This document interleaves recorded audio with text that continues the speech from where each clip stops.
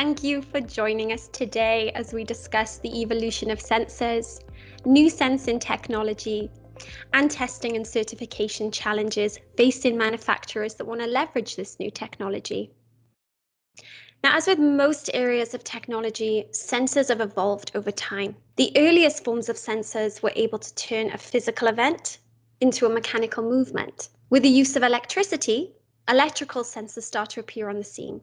And these sensors had the ability to turn a physical event into an electrical current. And these sensors paved the way for basic remote control and automation. Then we start to see miniaturization, which highly increased the accuracy and reliability of sensors. And today we're seeing a new step in sensing technology. We now see the communication within the sensors, and the Internet of Things promises fully automated processes based on a complete digitization of physical assets.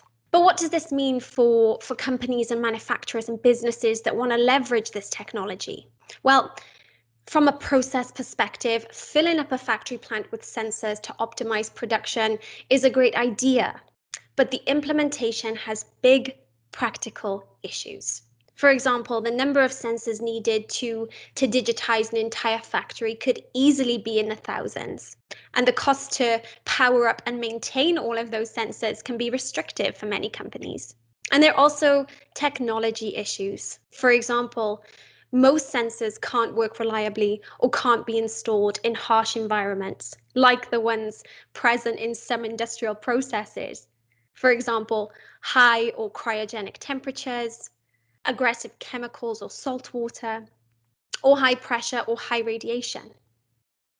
And also, these sensors can be too expensive, they can be unreliable, or they may not even exist at all. This is where an emerging technology called virtual sensors can help.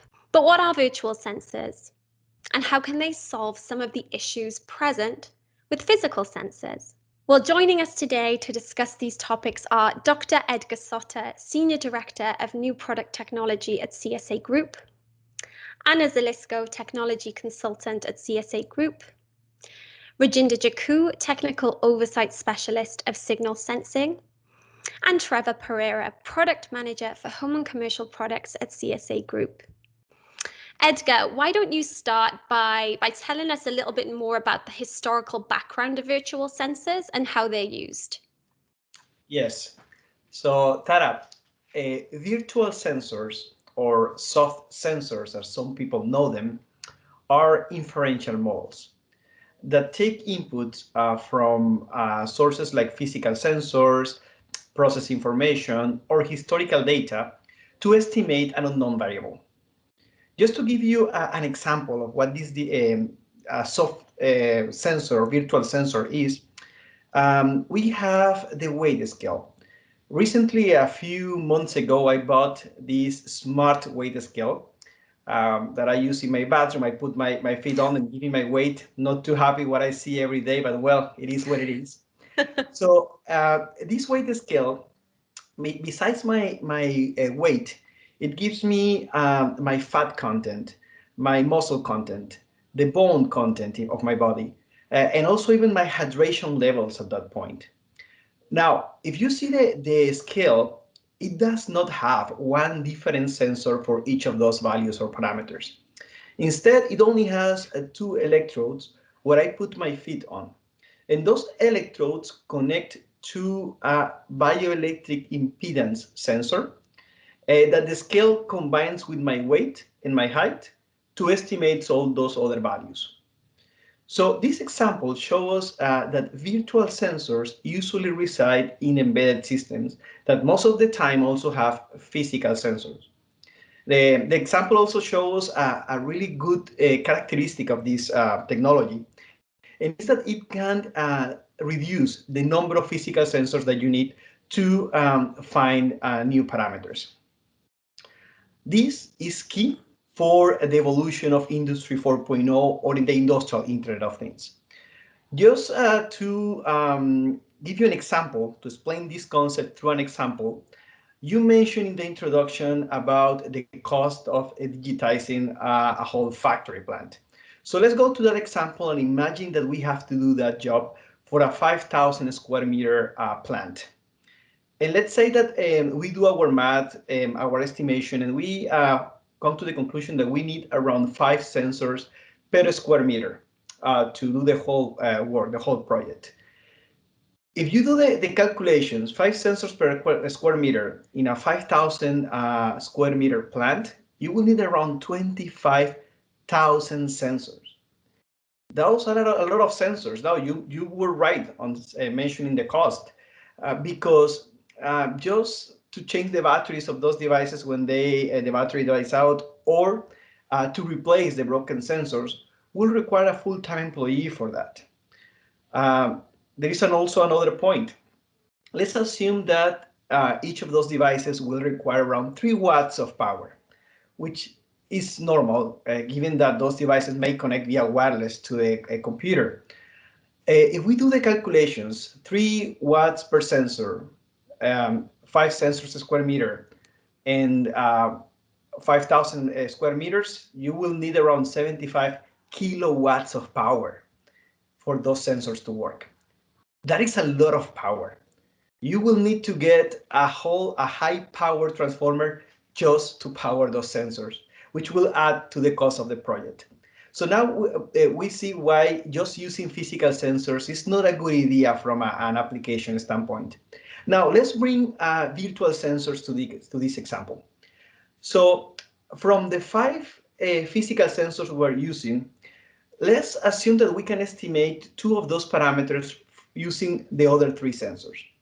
So instead of using 5 per square meter, we are going to need square meter. That will reduce the number of sensors from 25,000 to 15,000. That is still a high number, still a lot of sensors, but it's less than 25,000. Now, let's assume that we can model the warehouse or where the factory is. We can create a model of that and put it inside the virtual sensor, which means that instead of needing to put 3 sensors every square meter, we can now do it every 10 square meter. That will reduce the number of sensors from 15,000 to 1,500, which is way more manageable for a company. So you see how by introducing virtual sensors, we were able to reduce the number of physical sensors from 25,000 at the start of the project to 1,500. This is the power of this technology. Now, this is not a new technology. If we do a literature research, we can find papers back from the 1990s, even before of that. But there is a reason why, and now this technology is getting a lot of traction. There was a survey done in 2009 by the Journal of Chemical Engineering of Japan. It was a paper released by that journal. And in that paper, in the survey, they mentioned 2 major reasons why companies were not adopting this technology that fast. One was the cost of acquiring the data from the physical devices, from the physical sensors, to the computer that was analyzing the data. And the other roadblock was the cost of creating the inferential models from scratch. It was too expensive to do that. Those 2 issues have been solved with all the communication technologies that have IoT brought, that the Internet of Things have brought. And the inferential models are now easy to make thanks to all those machine learning tools that are available for developers today. And we can see how this is creating a lot of research and development, including virtual sensors. I did a quick search in a database recently and found several papers that were really interesting that included virtual sensors. I'm going to mention 2 of them. One was the use of a virtual sensor to estimate the state of the charge of the battery of an electric car. So instead of using a current sensor, which is the standard way to measure the charge, what they did was to estimate the state of the battery by using the voltage, using the amount of time the driver step on the gas pedal. Well, in this case, it's not the gas because it's an electric car, but it will be like the speed up pedal or something like that. So they use those two values plus another couple of more values to estimate the charge. And it ended up to be really, really close to what the physical sensors was providing. Another example is a collision sensor for robots.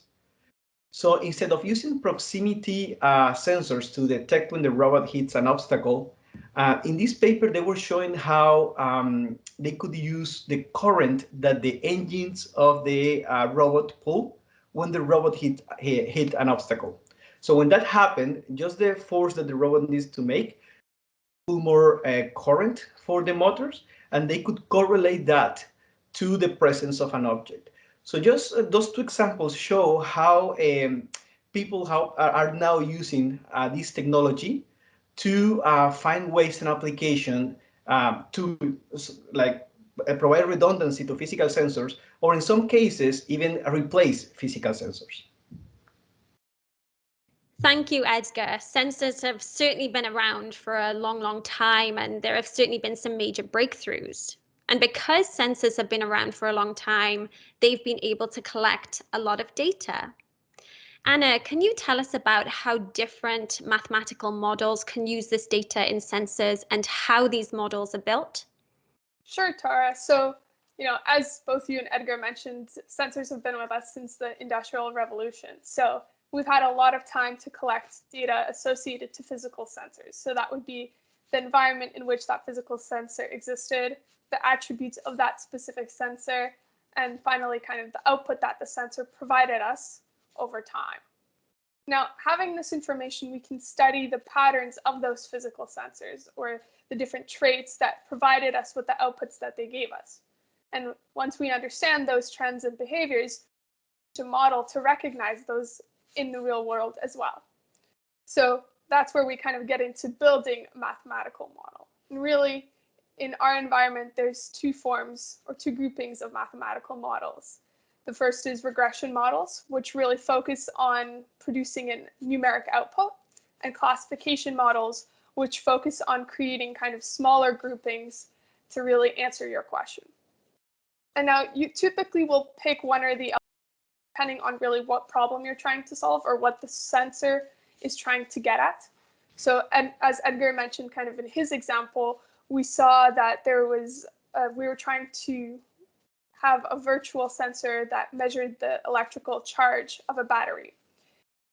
When we think about that, that's the direct question we're asking is what charge are we currently at for the battery? So that would provide us with a percentage or a number of, this is how much we have remaining. So to get that, we could put in attributes such as, well, what kind of car are we looking at? How far has the car traveled? And so forth and so forth. And we would like to get kind of a final number with which we could evaluate what to do. So a regression model would work really well in this case, and you could kind of test a variety of the regression models that are out there to see which one really fits your data set the best. Now, secondly, in the classification example, another piece that Edgar mentioned was having a wide number of physical sensors around your factory, even though you can kind of replace them with one small virtual one. So in this case, what a few of the papers I have read have done has actually, they took in all the data from those sensors and actually grouped them together to say, which ones actually are telling us similar information about that area or that region. So it allows us to then group that information and train virtual sensors and classification models on specific data. And if a switch is very simple, so with the charge example, really what we might be going to is, do I need to stop for gas right now? The answer there is yes or no. So that's more of a grouping classification mechanism as well, which the virtual sensor kind of informs us of a simple choice. Is this a yes or no answer, or something even broader as well? So in either of those cases, it's really the problem that drives the decision between the two models. But I hope that gets to answering your question as to how mathematical models can help in assisting virtual sensors become more powerful in our times. Thank you, Anna, for discussing, how those key models can help support virtual sensors. Given the versatility of sensors, Rajinder, what certification considerations should be taken into account when using a sensor as an input in the control system of a device? Yes, Tara. I'll go through with the existing certification model we have and how the same model we can use it for the virtual sensors. So I'll just go over like the safety control that we commonly use in the household appliances. So where the sensors are monitoring the temperature, humidity, and the outputs are driving like motors, alarms, and light. So in the normal mode, the controller will operate within the functional requirement of the product. But under the normal situation, it will act to mitigate hazards to provide safety to persons and property by disabling the outputs. So sometimes the safety is achieved by safety devices in safety critical circuits, such as thermofuse, bimetal thermostats. So for example, if the thermofuse is installed in the motor winding, and in case of the winding temperature exceeding the limit, the thermofuse will open to protect the motor winding against any fire hazards. So the reliability of the safety devices are verified by reviewing the construction of the product, performing the tests. Some of the tests are listed in the product standards. And we do the test under the extreme operating conditions. So in case of bimetal thermostat, it is checked if the thermostat will open when the temperature will exceed the set point. And also we do the endurance cycles on the thermostat at the full load, and the number of cycles are calculated based on the product cycle of the life cycle of the product. So with the advancement in electronics and embedded software, the sensing is performed by discrete sensors, and the controller will process the input signal to control the output devices under both normal and abnormal situations. So in case of motor, the winding temperature can be monitored by such as NTC type of sensors as an input or controller. The controller will open the motor relay when it detects the temperature is exceeding the maximum limit of the winding temperature. So sensor will act as input signal to the controller, and by itself, it will not open the motor winding circuit, and the circuit control is done by the controller. So when the sensors are used with electronics and embedded software to achieve safety, then the reliability of the product to act safely in abnormal situation become difficult to achieve. There are a number of factors for that. So such as detecting the input signal correctly. So the reliability of electronics component due to aging and environmental factors. So hazards and risks associated with the software implementation. Also, electronic circuits are sensitive to mains-bound perturbances and radiated disturbances. So in this case, during the certification, we verify the safety of the electronic circuit by performing electrical testing, software evaluation, and EMC testing. So in the software evaluation, the systematic fault in the control, which are using safety software and electronics, are avoided by implementing V model of the software life cycle, and the random faults are dealt with the component FMEA techniques. So therefore, the safety system can be designed in such a way the systematic errors are avoided and random faults shall be dealt with by proper system configuration. So now the virtual sensors are being implemented in the product safety as introduced by Edgar and Anna. And CSA may be able to evaluate virtual sensor implement the safety critical application under attestation program on the case-by-case basis. So attestation is a non-certification service and is intended to provide manufacturer with evidence that product has been evaluated by CSA to the requirements indicated on the attestation marking and in the attestation report. Back to you, Tara. Thanks. Thank you, Rajinder. Trevor, I would love to hear your thoughts on this too. Is there anything that you'd like to add? I would echo the same criteria that Rajinder mentioned when we are certifying. Pay attention to the safety software analysis, functional safety, EMC, because the virtual sensors are heavy on electronics, getting input from different models and trying to process that or try to simulate a normal sensor. Having said that, I would like to add that we are inputting data from known sensors into the mathematical model and expect the virtual sensors to operate close to the real sensors, which definitely has a lifetime degradation and interference. So we'll have to subject the virtual sensor to the same environmental conditions when we are testing. But that alone is not enough because it's more heavily on the electronic side. It's because the reason I'm saying that is the virtual sensors should not degrade like electrochemical sensor or a metal oxide sensor and so forth. So their life is much, much greater from that aspect. But from the interference electronics, you have to do due diligence to look at those.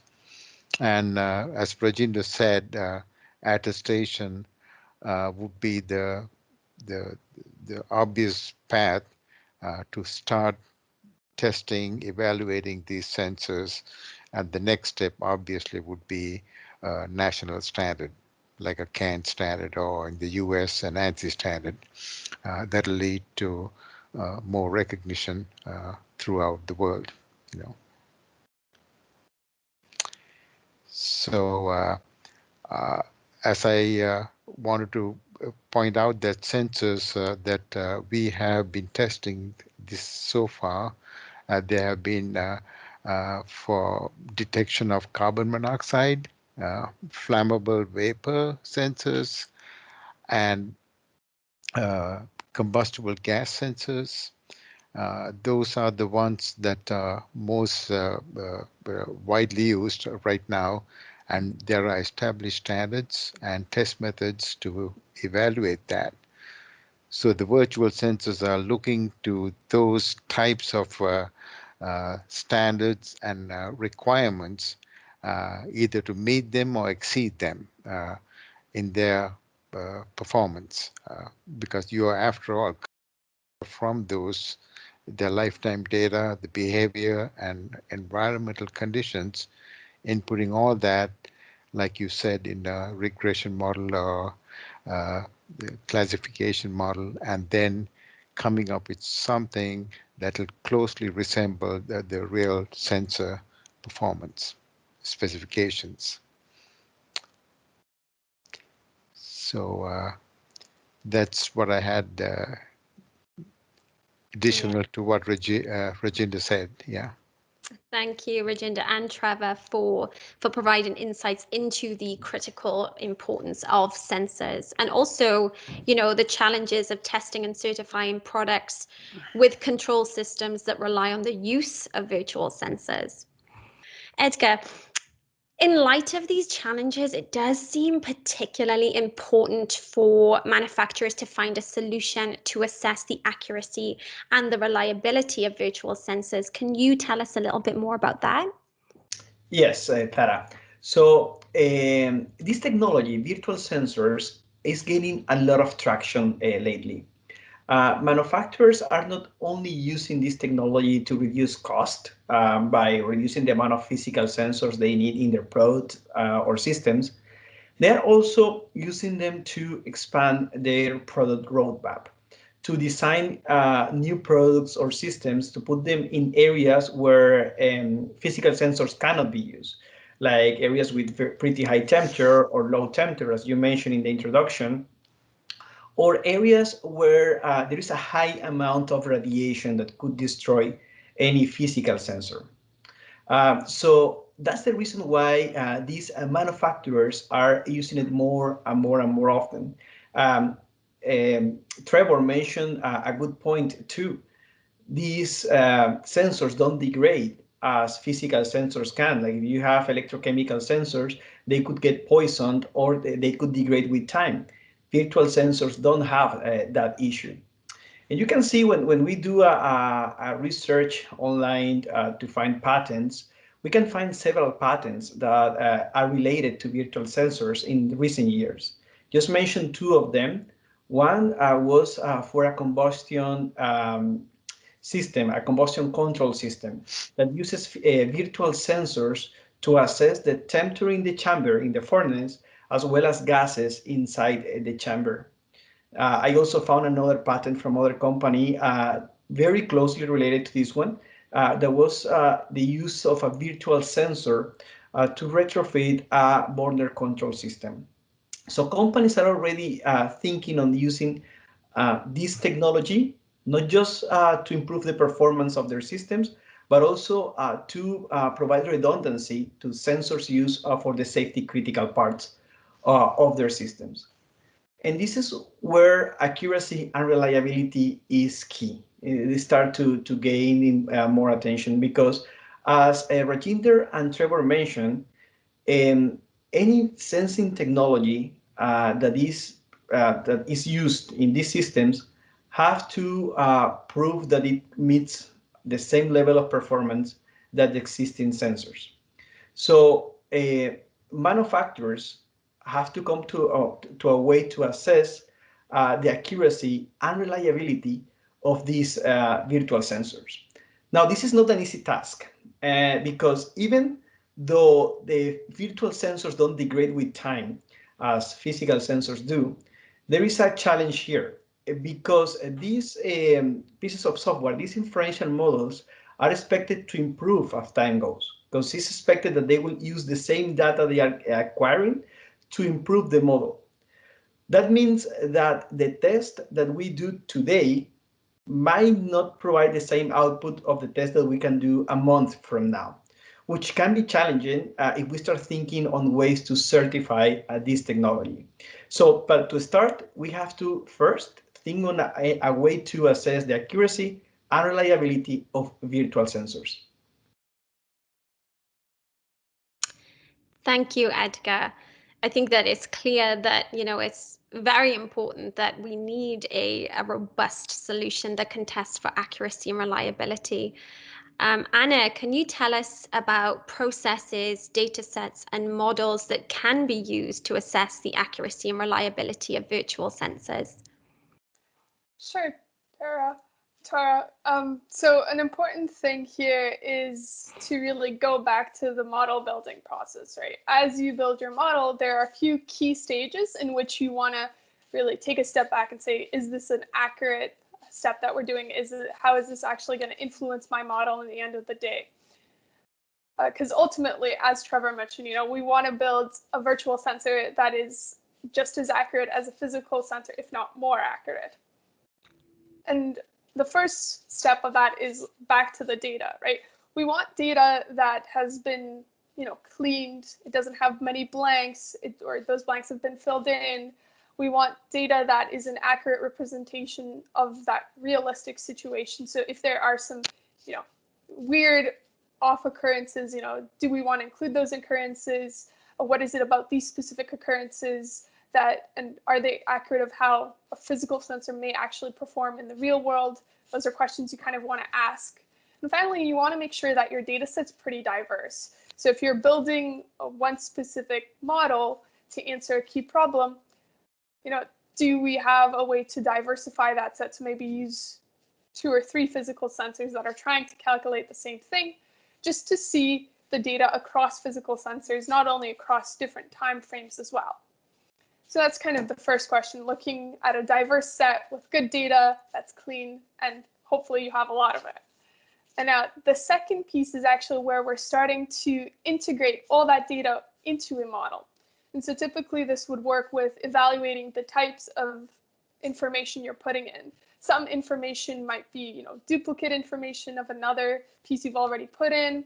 Some might not actually even benefit the model at all. So like in the energy and battery situation, if I included what I had for lunch, probably not going to help the model. So, I got that data, but is it helpful? So, you gotta give that to the model and let it actually, or even other algorithms, and they'll actually inform you of whether this is a valuable feature and you should put it in the model, or whether this is a feature that maybe you should drop and leave for another occasion. So to make sure that that process is consistent and that you haven't even exposed some of your testing data to your model is very important, because once you've done that, your model already knows what you're about to show it, and it's going to give you a 90% accuracy, and you're like, great model, but actually you biased it. So that's an important part of this process as well. Now, finally, if you've actually, we've got the data, put it in the model, we know we've got the great features, the final piece is to actually evaluate your model. And most models, be it regression or classification, have their own form of metrics that are already built into the system, and that a lot of data scientists and machine learning engineers out there use, and kind of the community has confirmed are good metrics to use. So that can be anything that's an AOC curve, an F1 score, sometimes an R2 score. So each of these is dependent on the type of category that you pick, along with even the type of model you're using. And sometimes it's also highly encouraged to train some different models in the same category to see, which one of these 3 models is the best model to actually represent this data set. So you can easily cross-compare within categories. The challenge is you want to cross-compare across categories, that can be a little trickier, but still possible. So there's a lot of opportunity to kind of step in and say, to help with the standardized piece and say, this is what your data should cover or should look like. This is kind of what we were thinking your process in terms of building your model should look like. And finally, okay, let's actually evaluate what your model score is.